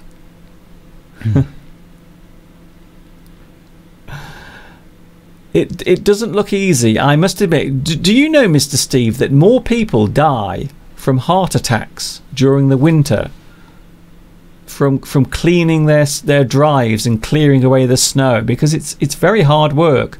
So what happens every year, lots of people go outside to clear away the snow, and a lot of people have heart attacks. They do. The casualty or accident and emergency departments will be full of people. I would suspect they will have had a large increase in the number of people who have had heart attacks, sadly trying to clear snow away from their drive or on their car or on the road. So I think it's a good idea, before you clear away your snow, perhaps you should visit a doctor. Yes. Just to make sure. Yes, get a check out before you start shoveling snow, because it's a very intensive, physically intensive activity, as I discovered yesterday. Marcelo says shoveling snow kills more people than war. I'm not sure if that's true. I might have to fact check that, but Marcelo says that. Apparently the hardest thing to pronounce in English is the TH sound in words like this and that and there. You are right. Yes, it's true. So That's the answer to the question. Why was Mr. Steve clearing the road so he could retrieve his car? Yes. This, that, there. Very difficult sounds to make in English if you are not a native speaker. I agree. Very, very good point. Swan says, why doesn't Mr. Steve put chains on his wheels? Oh, right. Well, I have got what they call all-season tyres. Oh, okay. On my car, which are like winter tyres. The trouble with chains is that the main roads tend to be quite well. The snow is always taken off the main roads, and once you've got chains, unless you're living in a country where the snow is on the roads all the time, then it's very little point in having them, because you can't drive with snow chains on once you get onto cleared tarmac. Well, basically, it damages the road. It damages, and you just can't do it. It makes a lot of noise. So, what we tend to do in this country is, well, we don't actually. On the continent, they would tend to put all-season or winter tyres on. Don't get me on this subject, because I can talk about it for hours and we'll run out of time. But, so I have got them on mine. We don't have time. I know, because the other week you got very excited about tyres. I did. So we had a tyre in the we will studio. we will just say that here in the UK, most people don't bother. They just stay at home. So if the weather is bad, most people will stay at home. Especially today, for those who have missed what I showed earlier. The view outside today. So most people, when the weather is bad, they don't even try to go out. Most people just stay at home. So tomorrow, Mr. Steve will get an extra day off work. Oh, Mr. Steve, are you happy about that? Well, not really, because I've got a lot to do. I quite enjoy my work, so I've got a lot to do, so it's going to be annoying. Only Mr. Steve could make snow miserable, which is probably why I'm miserable as well, because I'm in a choir, so I do singing, and we've been practicing for this concert, which is tomorrow night, for many weeks now, and we can't do it. It's been called off, so I'm disappointed about that. You can't do anything about the weather, Mr. Steve. I know, but it's still disappointing, so I'll try and cheer up. I'll put on a brave face for the camera and for your viewers. Have a stiff upper lip. Yes, I'll put on a brave face. A stiff what? Upper lip. Oh, right, okay, right. Definitely. So what are we doing now, Mr. We Duncan? are now going to talk about mistakes. We saw the video just a few moments ago about spelling mistakes in English, but there are lots of mistakes that people make, including people like us. Native English speakers often make mistakes in English as well. So not just people learning English, but also people who speak English as their first language. So show us something now, Mr. Steve. Show us one of the common mistakes that people make. Okay, so that's the subject. Shall we talk about that? Oh, apostrophes. Misplaced apostrophes. Oh my goodness, apostrophes. So when do we use apostrophes, Mr. Duncan? The apostrophe, you can put that down now. Okay. The apostrophe, we've seen it. Okay. We've read it. The apostrophe is often confused. Now, most of the time, an apostrophe is used when you are expressing possessive clauses. So something that belongs to a person, you will often use an apostrophe. For example, I might have this written down already, Mr. Duncan. Do you want to show me first? Duncan's. I've got mine now. Duncan's show. So there it is. You can see that is the possessive clause there. So we are using the possessive. We are showing that this show, the show you are watching now, belongs to me. It's my show. So Duncan's show. and you can see the apostrophe at the end saying that this is possessive. Now, a lot of people do use the apostrophe incorrectly. You can also use an apostrophe if you are contracting a word. For example, you might say... I bet I can guess which word you're going to use. You might ask someone, what's up? What's up? And you can see there is an apostrophe. There it is, a little clearer now. An apostrophe. What's up? What's up? And that means what is up. So the apostrophe can also be used to show a contraction when a word is shortened or a sentence is shortened. What is up? What's up? I've got another similar example to that here. Oh, show us, please. Okay, so this is a very common mistake that even English people make, and that's the difference between two words that sound the same but have different meanings. So your, so Y-O-U-R or Y-O-U apostrophe R-E. So maybe do you want to explain that, Mr. Duncan? This one is common, a very common mistake. You can actually hold that up if you want. And it's it annoys me that even English people. So the first one is your. So we can say that your dog. That is your dog. That is your cat. That is your live internet show. Yes. The next one is a contraction of you are. You are. You're going to the shops later, I believe. You're going out to play in the snow later. You're a good English teacher, Mr. Thank Duncan. you very much. You're my best friend. You are. You are. So you can see the apostrophe there is used to show a contraction of you are. You are. So there is a difference, and they are often confused. I've got a few examples here of incorrect and correct versions. Oh, okay. Which I hope are correct. You're beautiful. That's you it. See, that is incorrect. That is wrong, yes. It should be Y-O-U apostrophe R-E, meaning you are beautiful.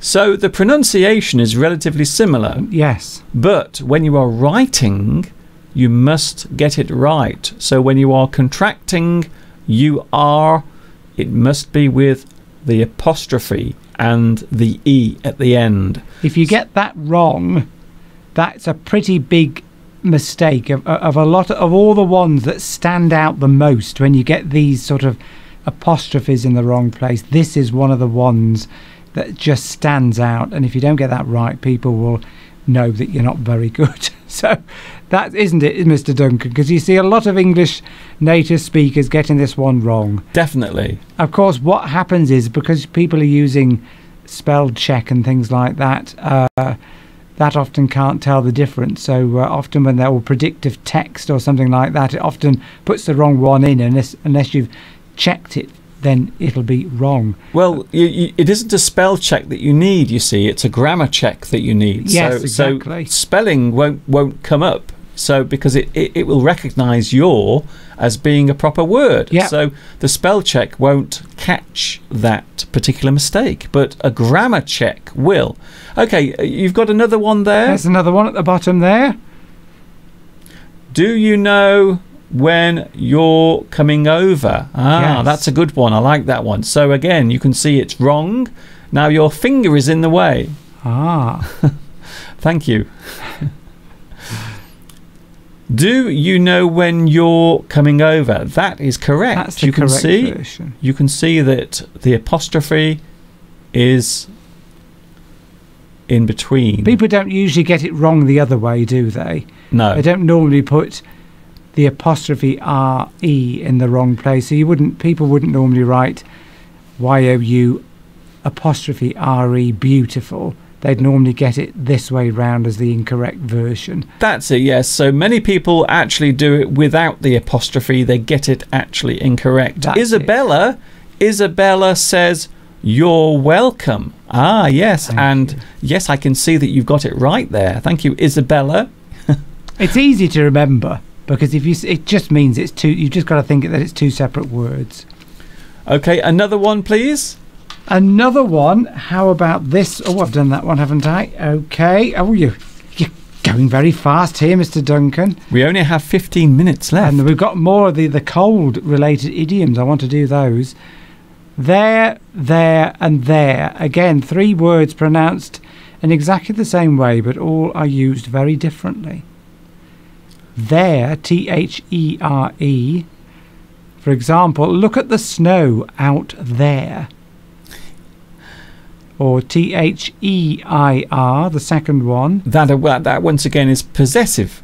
Possessive. Can we use their boat? Can we use their car?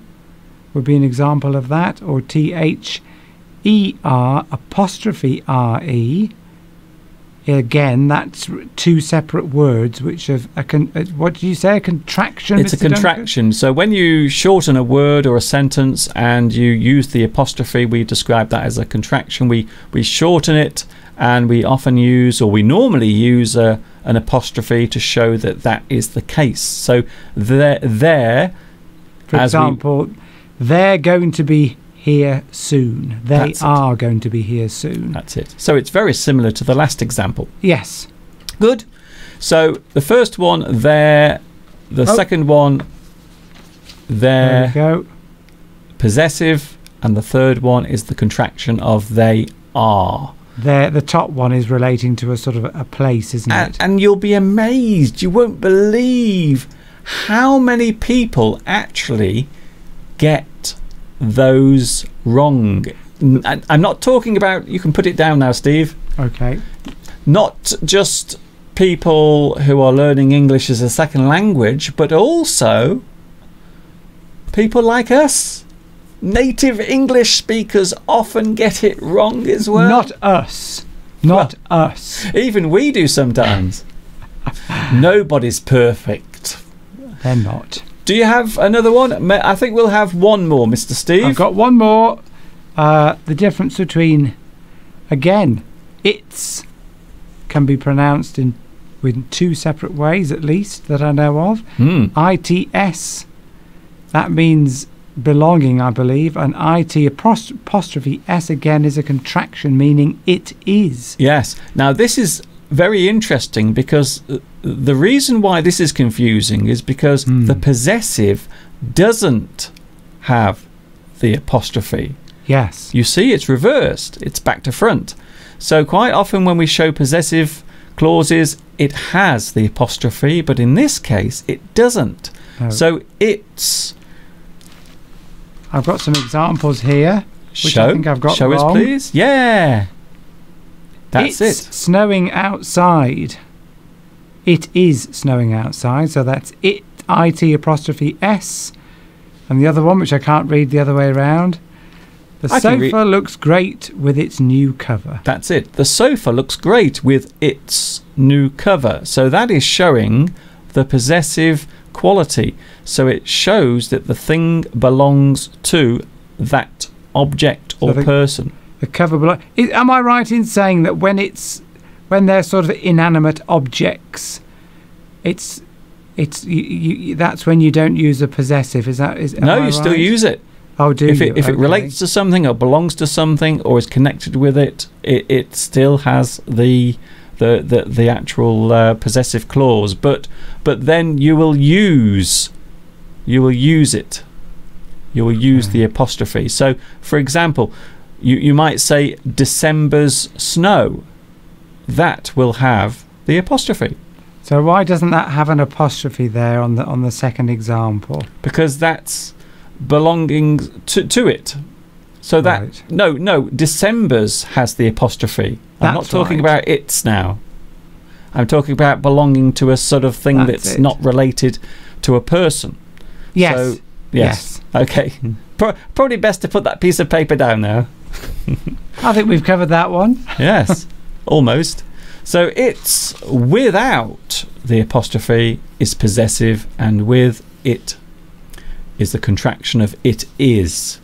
Okay, so let's have a look at I believe we've got some more snow and ice idioms, but let's have a look outside first of all, because it is snowing.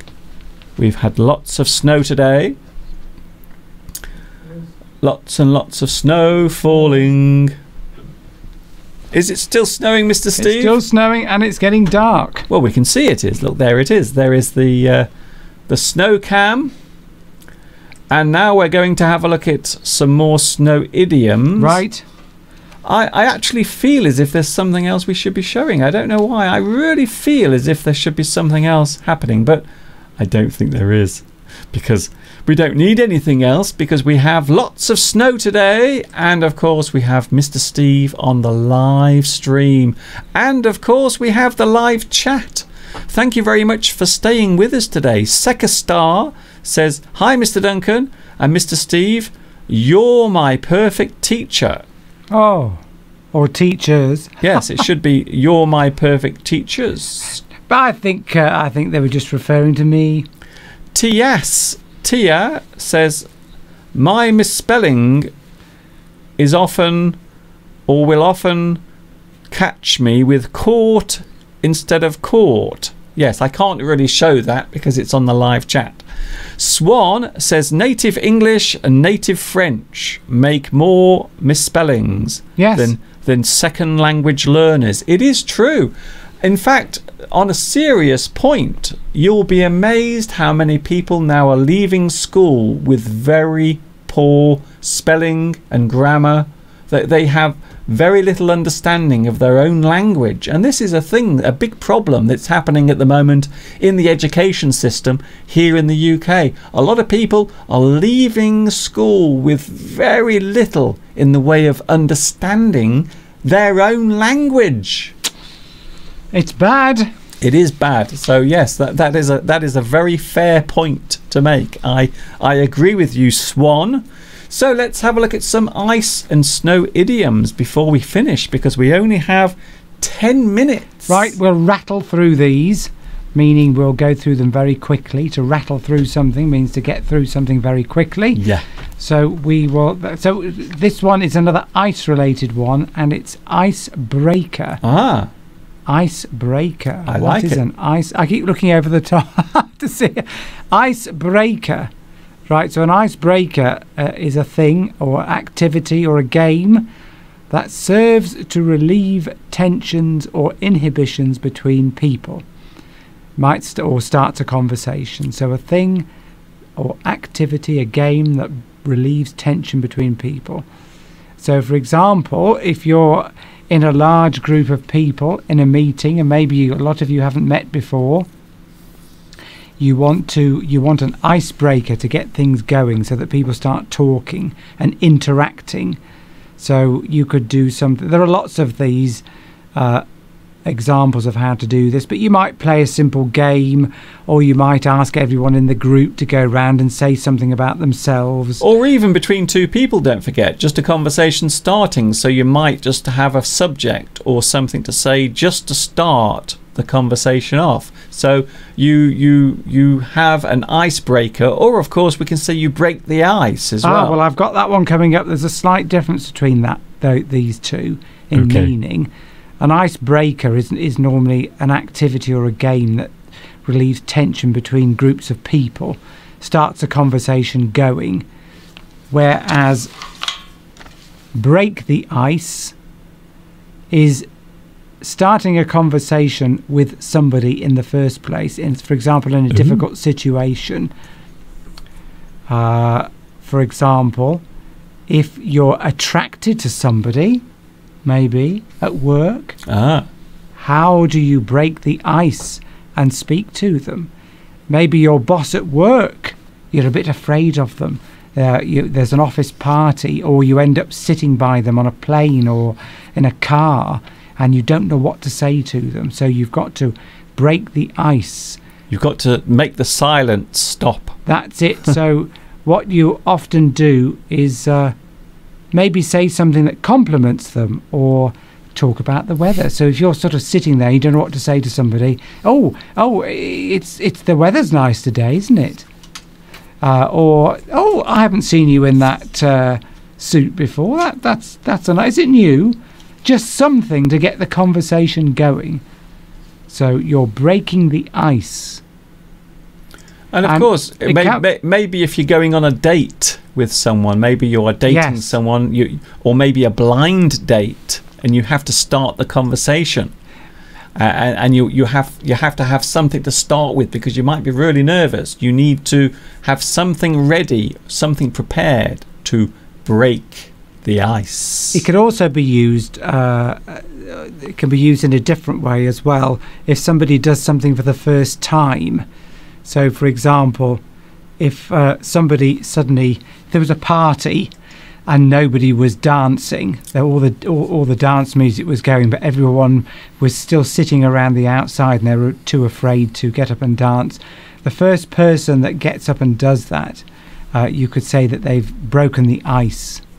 Get things going. Get things going. Whereas icebreaker is more about an activity or a game that starts people talking, often used in large groups, for example, at work, particularly if you've never met people before.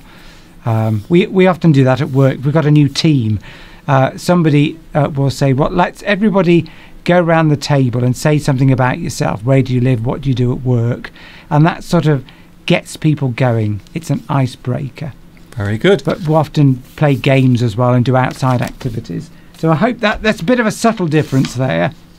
Is that very similar to sort of team building as well? So when they're team building, they're trying to get everyone working together. So you need to start off at a point where everyone feels relaxed and comfortable. So maybe you could say that also is a way of breaking the ice. You need an icebreaker. Very good. You need an icebreaker, an activity. Okay, we've got time for one more. Oh, so one more. Right, okay. Choose your final one carefully. Okay, let's have a look. I've got loads here. Oh, how disappointing. Right, I won't do that one. We can always carry on for 3 hours. Okay, we could do, yes. How about this one? Tip of the iceberg. We're not going to continue for 3 hours. Oh my goodness. I need to scrape some more snow off the flat roof. Yes. Tip of the iceberg. Oh, okay then.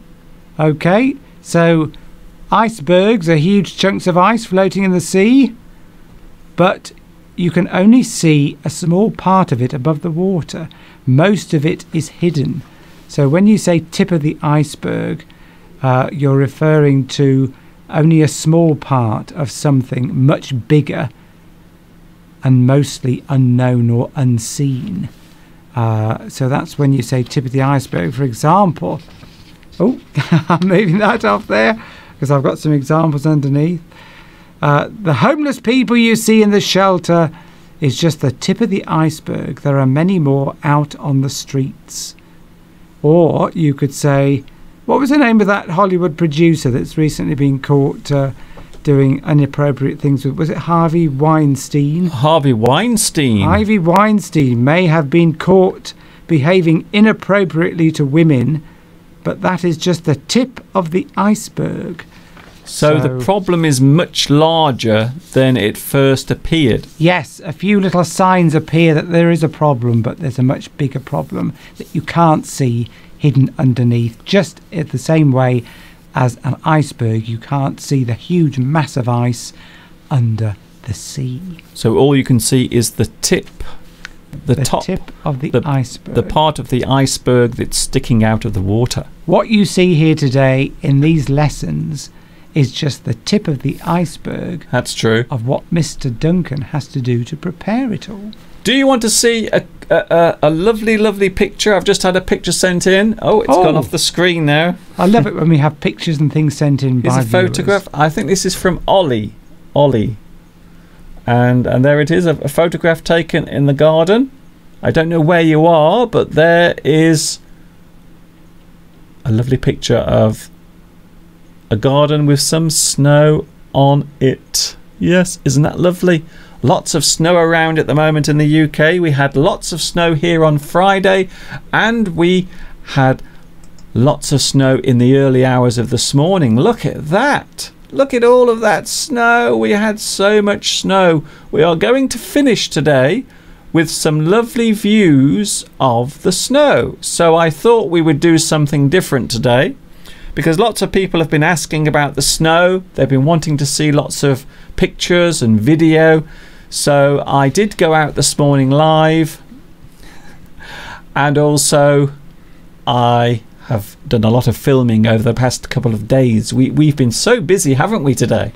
Physically, I'm exhausted. I can't believe it. I have never had such a busy Sunday. I can't remember the last time my Sunday was so busy. We are going to finish, but we will be back next Sunday. Apparently, a lot of people are asking if the snow is going to stay. It looks as if the snow will disappear by Wednesday, because it's going to get very warm again in the UK. So it looks as if all of the snow will melt away and disappear by Wednesday. So I don't think the snow will be around for very long. Mr. Steve is about to go, and we're all about to go. I feel a little sad, really. I wanted to go outside, you see, and play in the snow, but it's still snowing outside, as you can see. The snow is still falling. So we can't really go outside, unfortunately, which is a shame, because I was hoping to do it. But we do have some snow here in the studio. We have a snowball which is slowly melting. So there it is. There is the snowball. Can you see it? It is still melting slowly. Oh, I was going to pick it up, but I don't think that's a very good idea with all of this electrical equipment nearby. So we won't do that.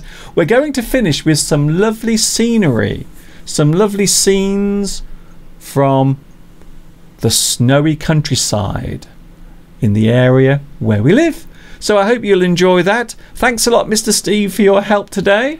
Thank you for inviting me, and goodbye to all your lovely viewers, and hope to see you again very soon. And of course, next week we will have the Christmas set here in the studio. So everything next week in the studio, all behind me, everything will be Christmassy next week. We will have the Christmas theme starting next Sunday. That is, of course, the 17th of December, and then Christmas is just around the corner. Oh my goodness, it's so... Are you excited for Christmas? Yeah. Yes, you're right. Mr. Steve is being very miserable today. I'm giving you the cold shoulder when it comes to Christmas. Oh, the cold shoulder. The cold shoulder. Is that another idiom? It is. I've time to squeeze that in. What does that mean then? If you give someone the cold shoulder... Give someone the cold shoulder. That means to ignore them, or minimally show little interest in them. To ignore them or show little interest. It's a passive-aggressive form of punishment or disapproval. Ooh. So if you've had an argument with your girlfriend or boyfriend and they don't talk to you, you know, they just stay silent, give you the silent treatment. They're giving you the cold shoulder. So it's a bit like being snubbed. Yes, it's when you can't confront, when you don't want to confront the issues of the argument. It happens at work as well. Someone's upset you. Instead of confronting it, you sort of go into yourself and just stay silent, give someone the silent treatment, and or just be very curt with them and just give them the cold shoulder. You give them the cold shoulder. Yes. We are going now, but don't worry, we are not giving you the cold shoulder. But because we're warm-hearted and not cold-hearted. But outside everything is cold. We are going now, and if you would like to see some lovely scenes, some lovely shots that I filmed over the past couple of days whilst the snow has been falling, and of course after the snow, please stick around. Some lovely images and some nice music to come your way. Thanks, Steve. See you next week. Bye-bye. Bye. Mr. Steve has gone, and I'm about to go as well. Thank you very much for your company today. Thanks, Jamelia. Thanks, Lucy. Thank you very much to Sekastar and Zachariah, Analytic Brain, and also Amanda. So many messages, so many viewers, so many lovely people out there supporting what I do. Thank you very much. And I will leave you with lots of lovely images of the snowy weather. This is Mr. Duncan in England saying stay warm. And of course, until next week, when we all meet again, right here on YouTube, you know what's coming next. Ta-ta for now.